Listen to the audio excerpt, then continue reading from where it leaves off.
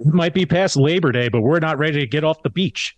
And this episode, number 112 of the Red River Horror Podcast, features the directors, writers, executive producers of Shark Girl, Justin Shilton and Rob Zazzali.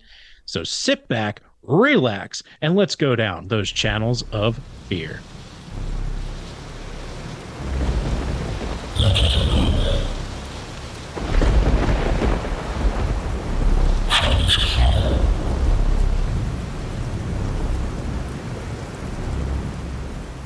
Welcome back to episode number 112 of the Red River Horror Podcast. I am, of course, your host, Joe Zakrzewski, joined by RedRiverHorror.com founder, Eddie Caiazzo. Hey, Ed, how are you? Joe, I thought we were rolling along on spooky season pretty well, but then some dudes from California had reached out.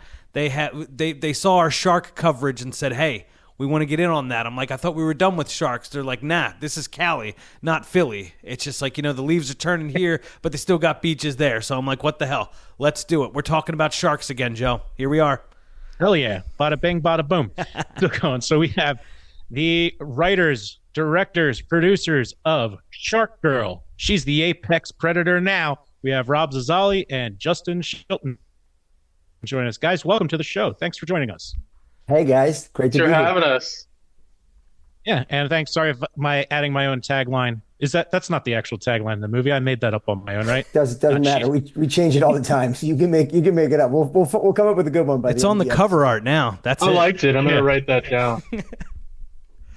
She's the apex predator now. Yeah.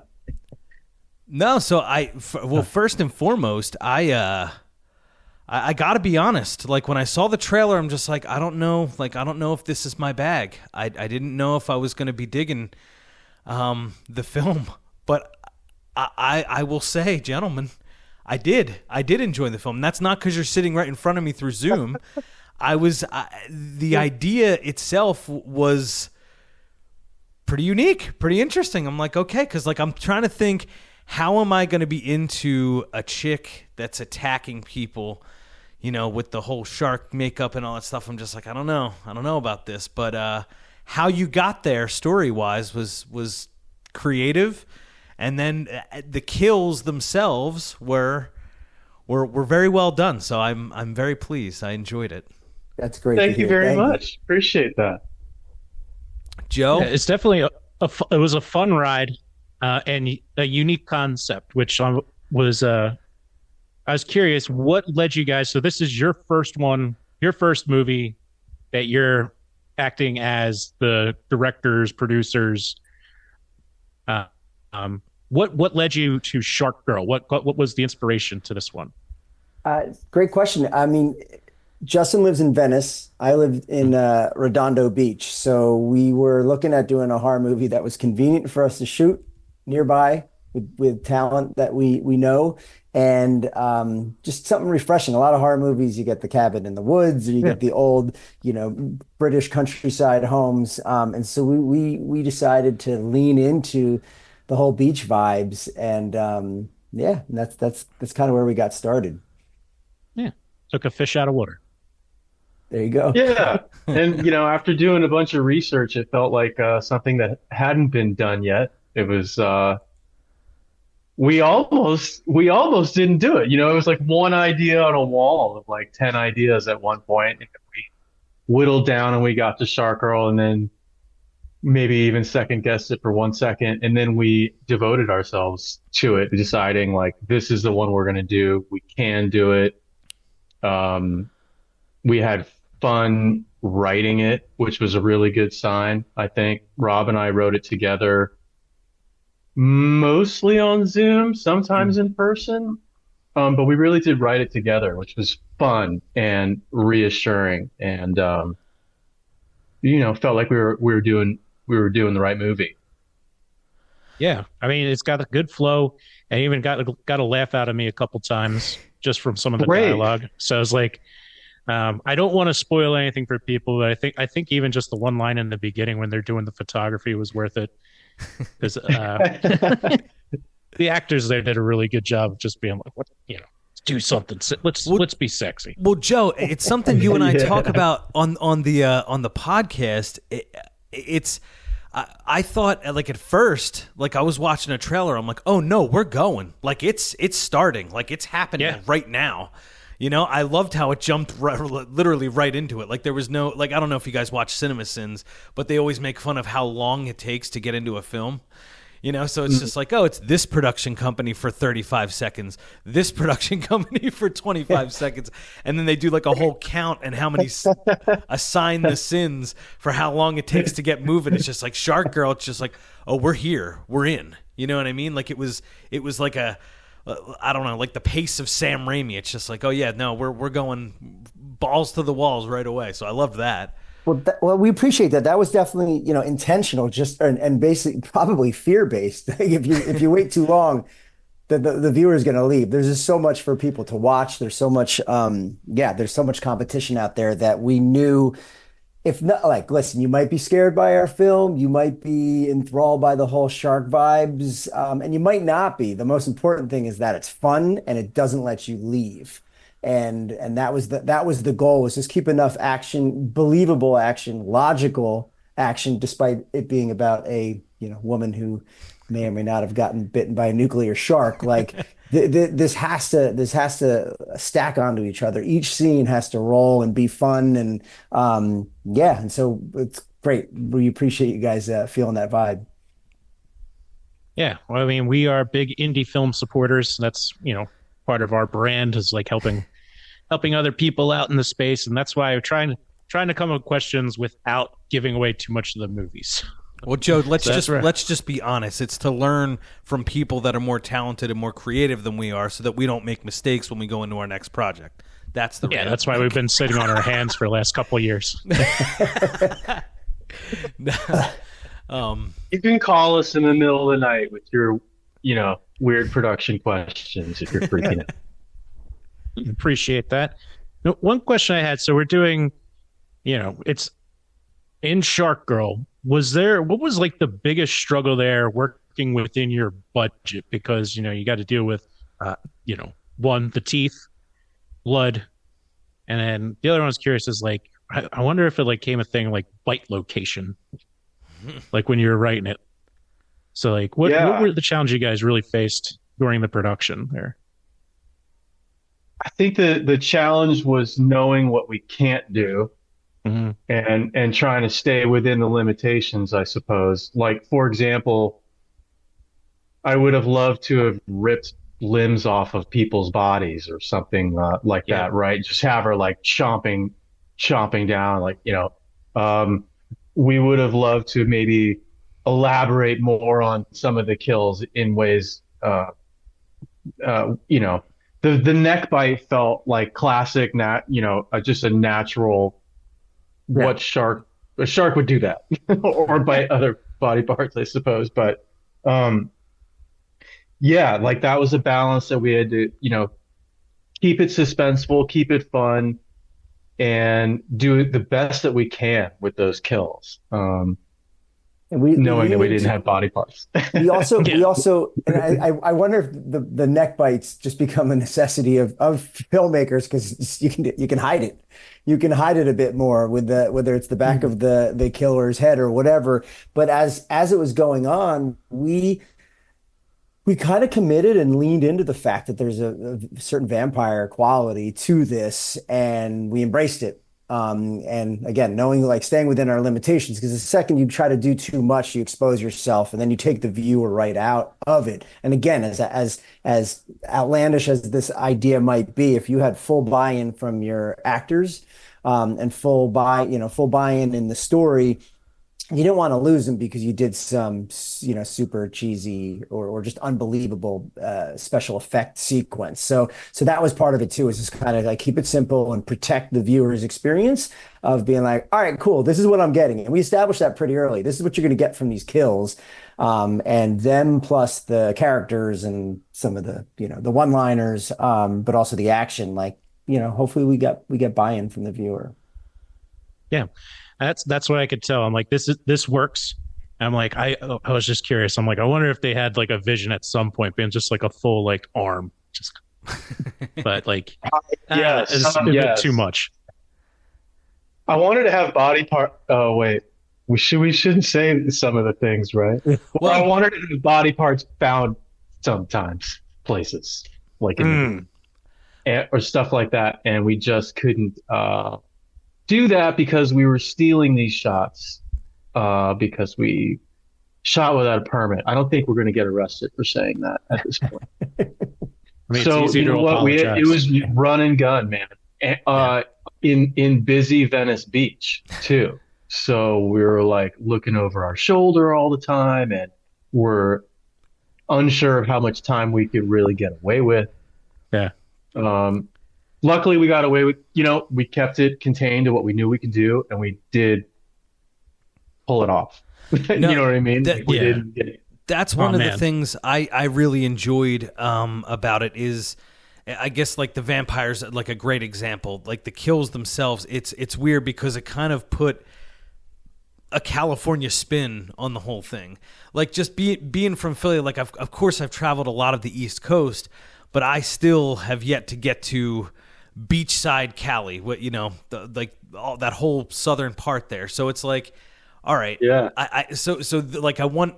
If I'm seeing, like I watch this movie and I'm taken there, it's just like, okay, this is what's happening in the eyes of these people, of our characters. Like this is the kind of lives they're leading. Like look at the people around them. What are they doing? Like that kind of thing. So it's cool. Like I said, like here I'm already juiced for like spooky season, but it's like, okay, well, like what is spooky to someone in Venice Beach? Well, getting attacked by a shark or an influencer who has shark teeth, that's pretty damn scary. So Yeah, and that was an important component too, was the influencer vibe, which is, the mod, like years ago, that would be maybe the actress, the ingenue. That's like that kind of character archetype that you play with. Here it was the influencer, which felt like current and modern, but it definitely has. I've grown up on the Jersey Shore. There is definitely a difference, and so we just lean more into that Hollywood bikini vibe. It doesn't also hurt to see these pretty people kill each other. Sure. Yeah. So that was definitely, we were like, let's commit to the Southern California all the way. Nice. That was what I was going to bring up next, because Rob, you have those East Coast roots. And so I did a little research on you guys before we met up. So I thought that's just a really cool story you have of, shifting gears and heading to California to pursue acting. And now here you are, you got, your own film company being built, you got a movie that you got out. So like, was there any shark intimidation going from the Atlantic coast to the Pacific coast? Like literally, like scared of. I know I would, for no reason whatsoever. Yeah, but a little bit. So that's actually what's funny is Justin and I met 20 some odd years ago, and then did our own things for a while. Justin went and wrote and sold a few scripts, which this is going to get kind of meta. One of them has Richard Dreyfuss in it, so there's all these. Oh, and man. me growing up in New Jersey, there's these Jaws connections. But we left each other for a bit, or just our paths went different ways, and then how we reunited was in the ocean. Justin's a really good surfer. Nice. We'll find the picture somewhere of me wearing a full wetsuit and a bicycle helmet standing next to. I don't know who's going to see this, but he looks way cooler than me. But we that's where some of the ideas started to come. But. Yeah, I've been in the water right here, and Justin's probably many more times in Manhattan Beach, where somebody on the pier is like, "Yo, guys, there's a shark right over here," but you actually tend to, for some reason, not scared. Oh, what are the odds? What are the odds? Yeah, Justin, too for busy some to reason, come near us. I had a feeling you surfed, Justin. I don't know why. It's just I can tell. From birth. No, like I have been surfing since I was, I don't know, 13 years old or something like that. And I've lived in Venice for 25 years, mostly so that I can surf.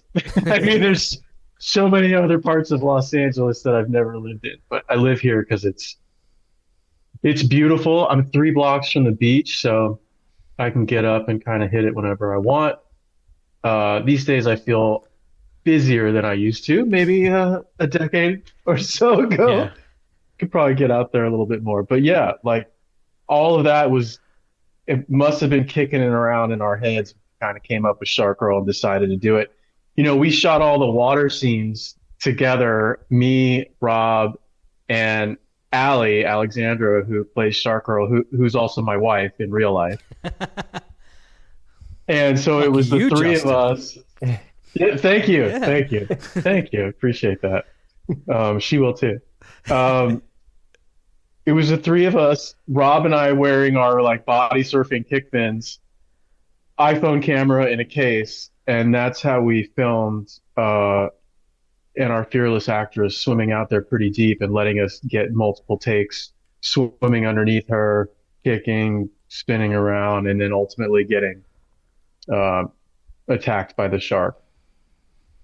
So that was you Right. guys did have the capability to swim to those shots that you see from below, like they're legit. Like that's not. Yeah, we shot them. Wow. We went out. We probably went out. We went out till it was like, I don't know, 20 feet deep maybe, and just we dove down. Wow. Actually, the camera kept kicking out. I wanted to get deeper shots. I wanted to get further and get deeper, and the camera would kick out at like.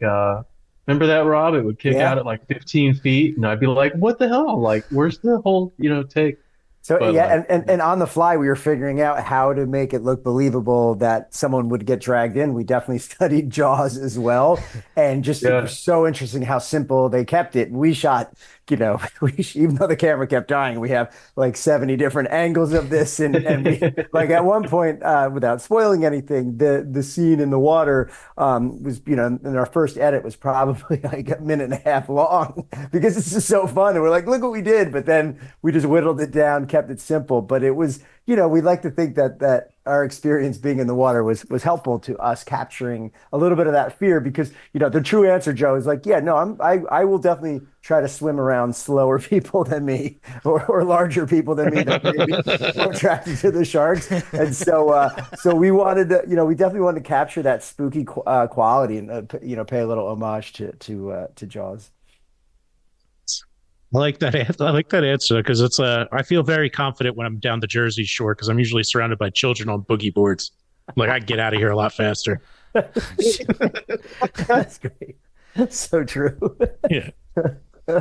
So it's weird. So it all comes back to Jaws. It's just so funny. Like Always. I'm newer. I will be honest, guys. Like I'm newer to the whole shark thing. Like for example, I didn't see Jaws until what was that, Joe? 2 years ago.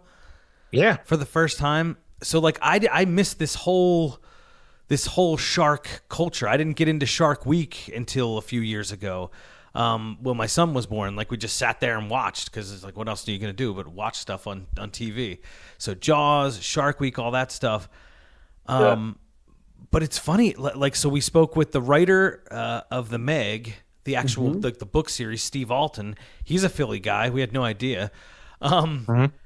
So we spoke to him, and it came back to Jaws. And then I don't know if you guys have spoken to Captain Steve Coates from the Bucket of Chum podcast. That's all he does is shark movies. So we spoke with him, and again, like, so we wanted them to list like, so like an author with a best-selling book and someone who just focuses on shark movies. Just like, what are your top films? And of course, it was Jaws. What's Joe's top film? It's probably one of his favorites of all time.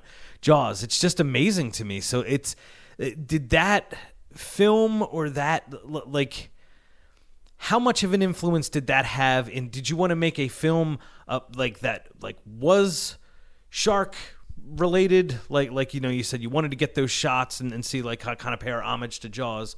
Or did it just turn out that way because that was where the story with what you had access to kind of went?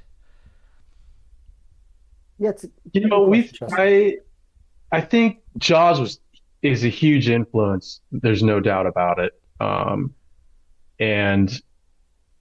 But I think we were also hitting on other movies as well, and maybe it was even like subconsciously. I think we kind of like ended up looking at this movie and being like, this is like The Fly to us a lot. Cronenberg's The Fly, where it's more of like the Dr. Jekyll and Hyde, Mr. Hyde, like. And look, maybe that is like, just some of that is budget oriented. Perhaps we couldn't spend too much of our movie in the water. we would have loved to have been in the water more, I suppose. But I think like leaning into into our story, which, it mostly takes place on the beach or whatever, on land or whatever. Not to interrupt you, but that's exactly what, like, that body horror type stuff, that has its own freaky element in a way I can't describe. Like, thinking of, like, this woman, like Shark Girl, like, her life completely changed. Like, now that is a part of her, at a random time. That's what we like. I totally felt that, because that's what, when I saw the trailer for the film, I'm just like, I don't like can I watch something like this? Because it's off, like, that kind of stuff is off-putting to me, and I think it is. Yeah. Go ahead. Sorry. Yeah, we love, all that. No, man, that's exactly right. I mean, it just makes me think of we had all these other ideas that kind of like went further into that. I mean, we're talking about doing a sequel as well with our distributor, and I'm so glad you're banging ideas out. Keep going, gentlemen. You have all kinds of good ideas. Keep coming. But to talk about that body change, and just like The Fly in this, it's the physical part and the psychosis of what's going on of becoming a monster, the Jekyll and Hyde vibe.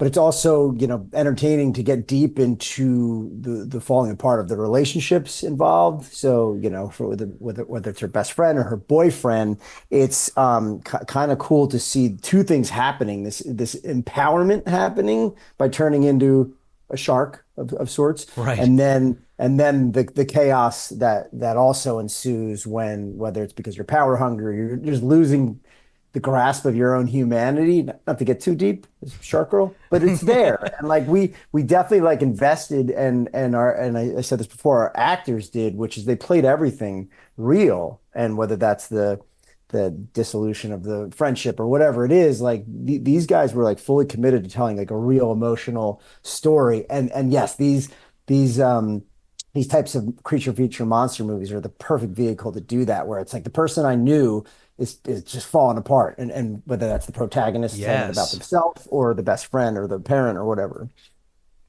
Wow. No, I totally picked up on that. And speaking of distribution, by the way, you can get Shark Girl now, Amazon, Apple TV, Microsoft Store, Vudu, which I think is Fandango at home now, yes. because I've done some stuff with them, and Google Play. So check it out if you want to. Shark Girl, all those places pretty much. If you have a platform that you like, you can pretty much get it there. Right. Yeah. Go ahead, Joe. Yeah. No, I was just saying, like, our friend, we mentioned him before, Steve Coates, who has his podcast, our Canadian friend Steve, and Bucket of Chum, which I found interesting that he doesn't live near a body of water, but all he does is talk shark movies. But he got me, just in our conversation, interested and wanted to see what he called like alternative shark movies. I'm like, what does that mean? And at first, like, I go to like Sharknado or something, and then I get Shark Girl comes along to the Red River Horror Podcast. I'm like, oh, sweet. This is what I've been looking for. So this alternative shark horror that has now entered my realm of entertainment needs, I guess I could say. Well, that's awesome. Red River Shark, a Red River Shark. We can. What's the closest river to Philly? You guys want to come out to the Schuylkill or the Delaware River? Let's do it. Delaware River, right? We'll get Shark Girls killing some people on both the Jersey and the Philly side. There you go. I love it. That's great. I think I know we got a shark in the Delaware? The one time was a shark or a whale that came through the Delaware Bay and came up the river a little bit. I don't know. We had the Camden River Sharks, the baseball team, for a little while.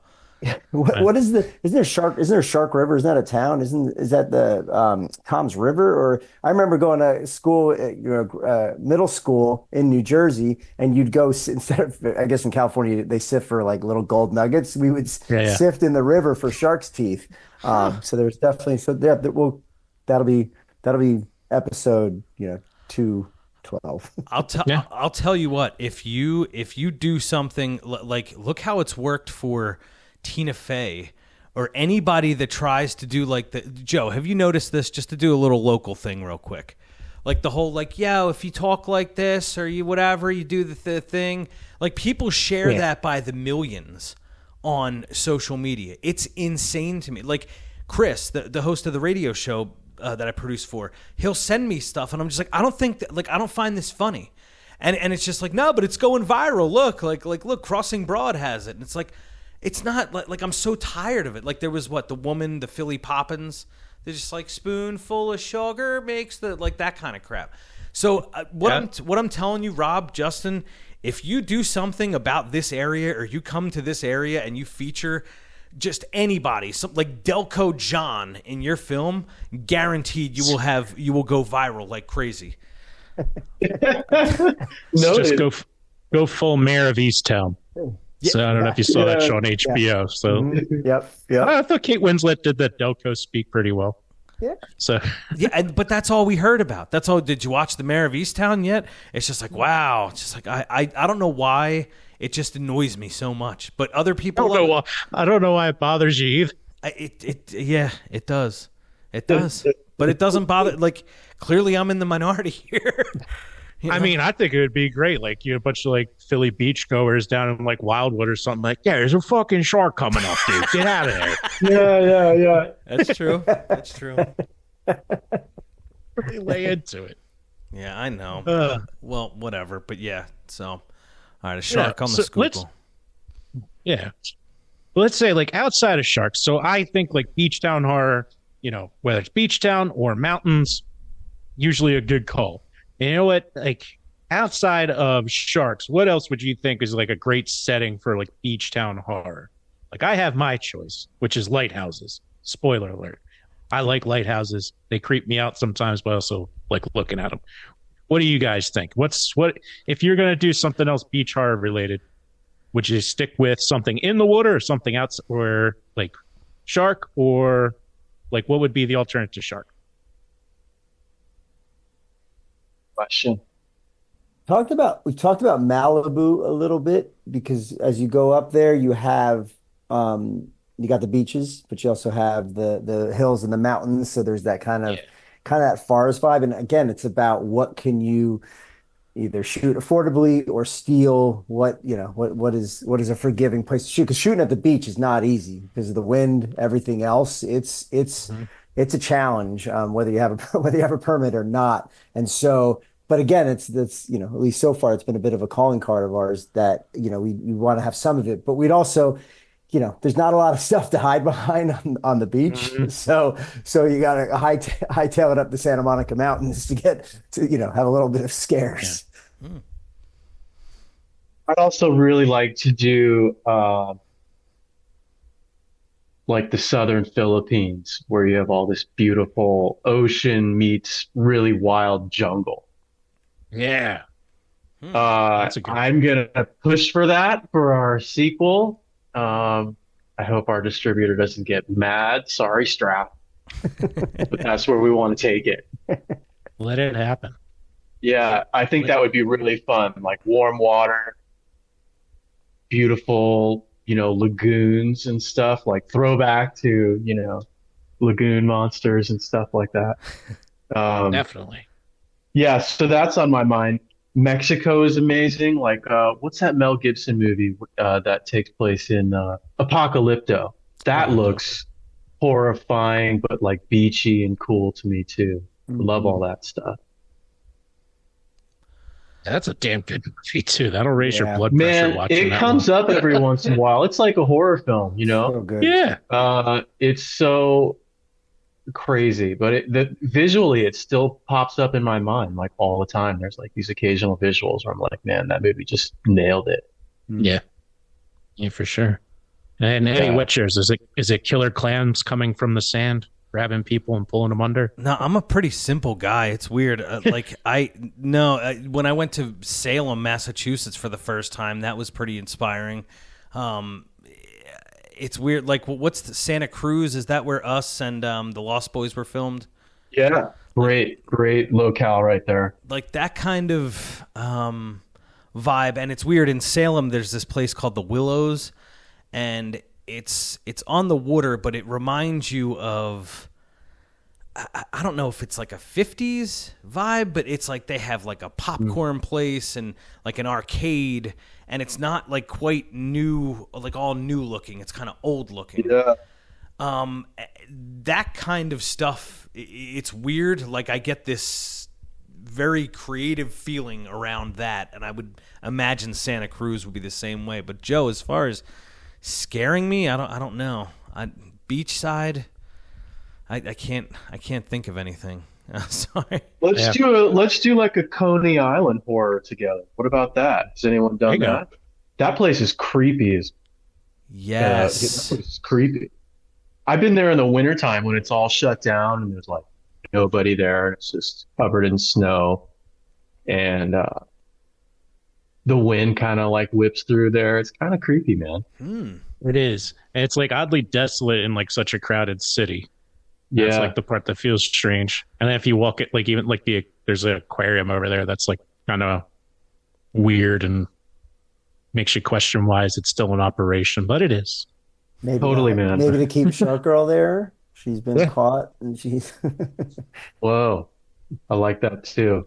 Shark Girl stuck on. Well, if your listeners want to pitch us, your listeners can pitch us different various Coney Island ideas. We're listening. I like this 4th of July. More than just hot dogs are about to get eaten. Shark Girl takes on Nathan's. Have an ice cream on the boardwalk. Huh.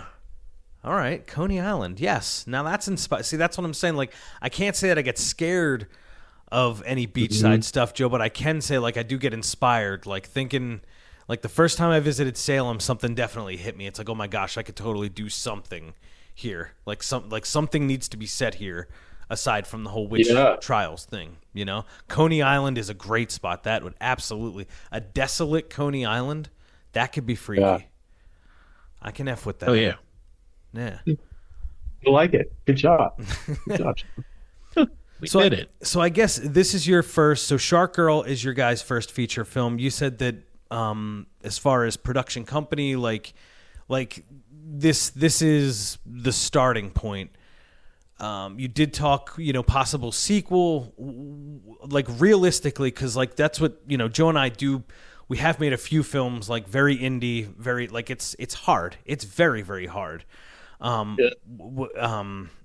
It costs a lot of money to some, and if you don't have it, then you just got to do whatever you can. And so understanding having to make films like that, what is the next logical step for you guys? Like, what do you want to see coming off of this?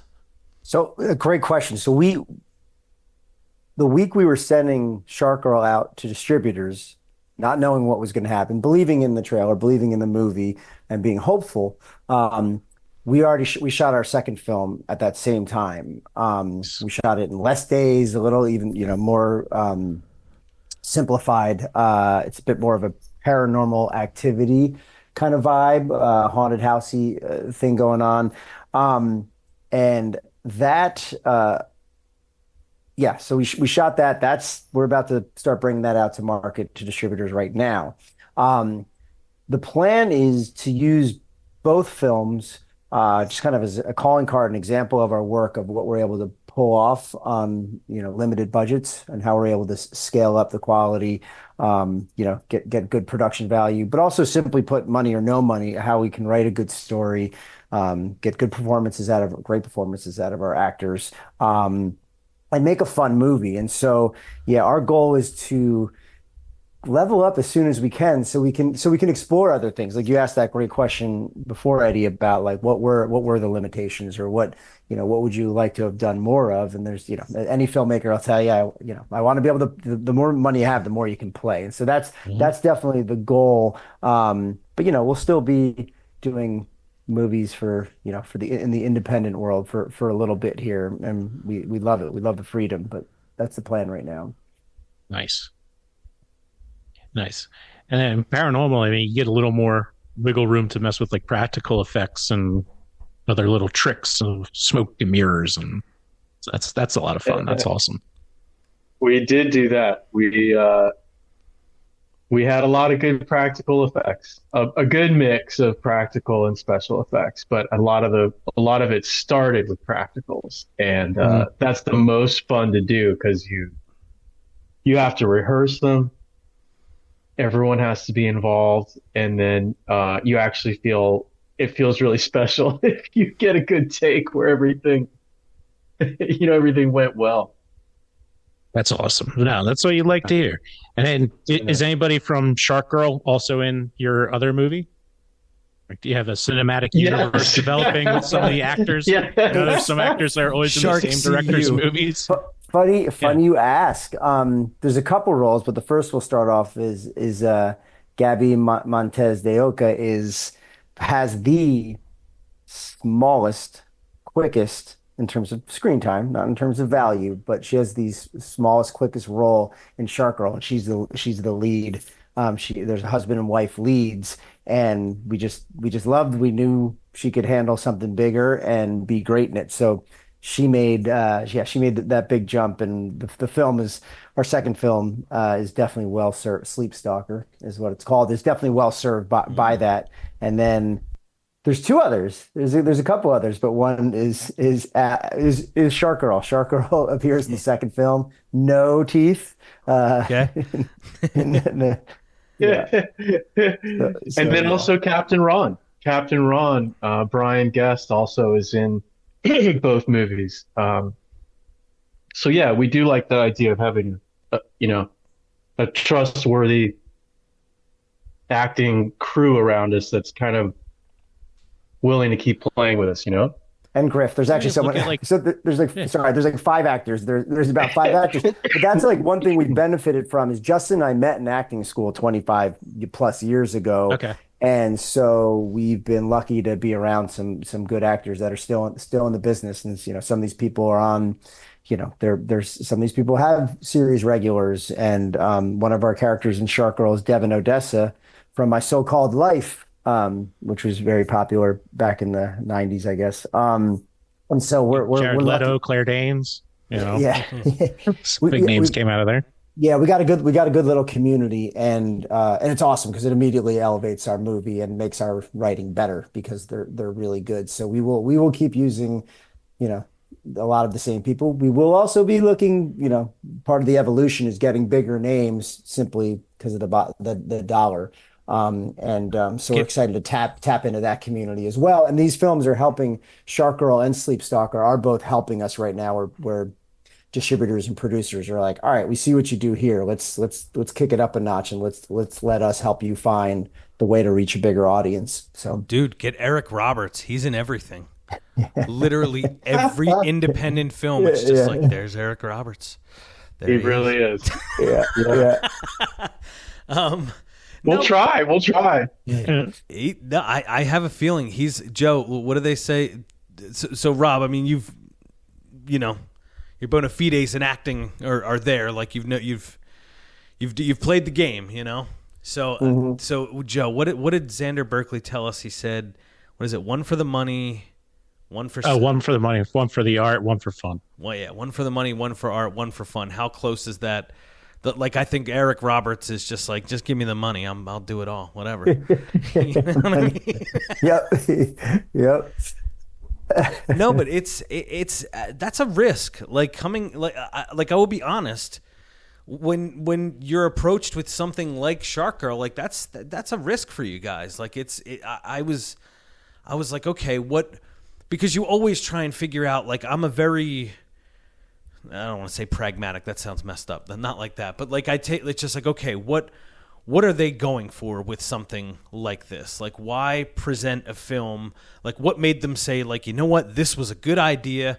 We wrote it down. We filmed it. Like, we blood, sweat, and tears, and boom, we're putting this out to you, and we want you to see it. Like what was behind all that? So, like getting something like Shark Girl, just like, okay, this is different. But then you watch it and it's just like, holy crap, I'm in. Like, I totally get the vibe. I totally get like the acting, the practical effects. Like I said, that body horror stuff, like it was like that gets in my head, like that's stuff that creeps in. So I mean that's a pretty big risk to do something like that. So congratulations on the release of the film. I mean, I truly mean that. Thank you, man. Appreciate that. Yeah. Yeah, it's tricky. It's part of it was knowing let's go. Let's make a movie. Let's do it. Because again, we've collaborated, we've written together, we've acted together. And it was like, let's do something. And so helpful having a partner that you can trust and that, can carry all the weight with you, but also can help you not be precious about all the different creative ideas and all the minutia. Like at some point you have to just be like, all right, like let's pretend we're on a schedule and rip the Band-Aid off and just go with it and then commit to that idea and then commit to doing the best job we can. And I think that was, because there were moments where like, should we be doing Shark Girl? Is that like, are people going to watch it? And then, but then, then completely committing to it. And then it has been interesting seeing the movie out there in the world where there are different expectations of it. Some people are like, what kind of B movie is this? What kind of, is it like, how seriously am I supposed to take this? Is it, and they see the trailer, which is a pretty solid trailer, and they have an expectation of what the film is going to be. And then that's the converse of that is that it is a limited budget. So like, don't expect a $10 million movie, but yet we tried our asses off to make it as good and as entertaining as a $10 million movie. Because at the end of the day, that's the bottom line for like 90 minutes or whatever. Was it, did I feel okay? Am I glad I watched it at the end of it? And that's what we were going for. And, but yeah, at one point you're hanging on the back of the fin of the shark and you're just like, fuck, I hope there's no hoping anyway. Like, let's just do that. It's out there. So. Yeah, I mean, for me, going into any kind of like what's going to be considered, in the B movie sphere, it comes down to flow, and what you guys gave us is, I think the runtime is 80 minutes, and just start to finish, kept my attention the entire time, and I was entertained. I mean, what more can you ask for? Thank you. And I think that's what it really comes down to when you're looking into indie films. Like, is it we got good dialogue, we got good, a fun story to work with. And it doesn't stop. Like there's no just dead air. There's nothing, You tell the actor. Everything ties together. I hated that guy. I hated him. Ron, boyfriend, hated him. Good job. Ron's so hateable, and it's funny seeing some. We've seen a couple online reviews where people are like, "I fucking hate Ron. He's such a dick, and like that guy sucks, and like I'm pissed at this movie." But I watched it to the end, and we're like, "Sorry, like cool, that's mission accomplished, I guess." No, but Joe, not to interrupt you, but I totally I was just like this effing guy. I'm done with him. Like he needs to go. I didn't like him. Didn't like him one bit. So tell the actor he did a great job. We will. That was mission accomplished. He's such a charmer, and then all this hate, he's gonna love it. I mean, isn't that like the best compliment you can get as an actor if that's the character you're playing? Yes, it is. Yeah, when I was little, I was like, I hate Meryl Streep, and I was like, no, or it was Glenn Close. Sorry, I hated Glenn Close. I like every time I saw her, I was like, she's the worst actor ever. And I was like, no, you hate her because she boiled a bunch of rabbits perfectly. Like, right. It is the ultimate compliment. So, yeah. For me, it was Joaquin Phoenix in Gladiator, and I was just like, I'll never watch a movie with that guy again. And then it hit me a little bit, like maybe a year later. I'm like, oh, that's because he was just doing such a good job at being so good that guy. Yeah. That it just translated into everything about him. And into my real world mind. Yeah, that guy's a piece of shit. If you loathe someone in a documentary, then that's not good for that person. I hate that guy, Ed. It's a documentary. Oh, yeah. Sorry, John. I hated you as you.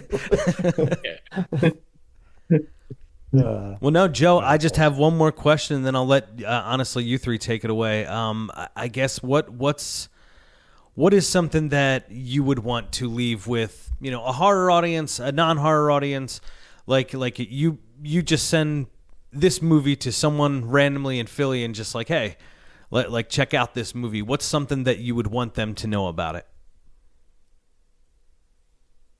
And Rob or Justin, you can go whenever. Gosh, I think I would want them to know there's a good story behind it. It's not just silly ridiculousness, even though there's some fun and some laughs and some scares. There's There's great themes of self-empowerment in there, themes of, careful what you wish for. And that it is, like you said, like moving like a freight train and just a ton of fun. And I'd add to that there's you're going to see a nice ensemble of actors that know what they're doing and committed to it, and so they're not going to waste your time. You're going to go up there and you're going to see people that truly care about what they're doing, and commit to a kooky idea, and that helps. That without that you're not going to watch to the end, and so we're proud of them. Yeah.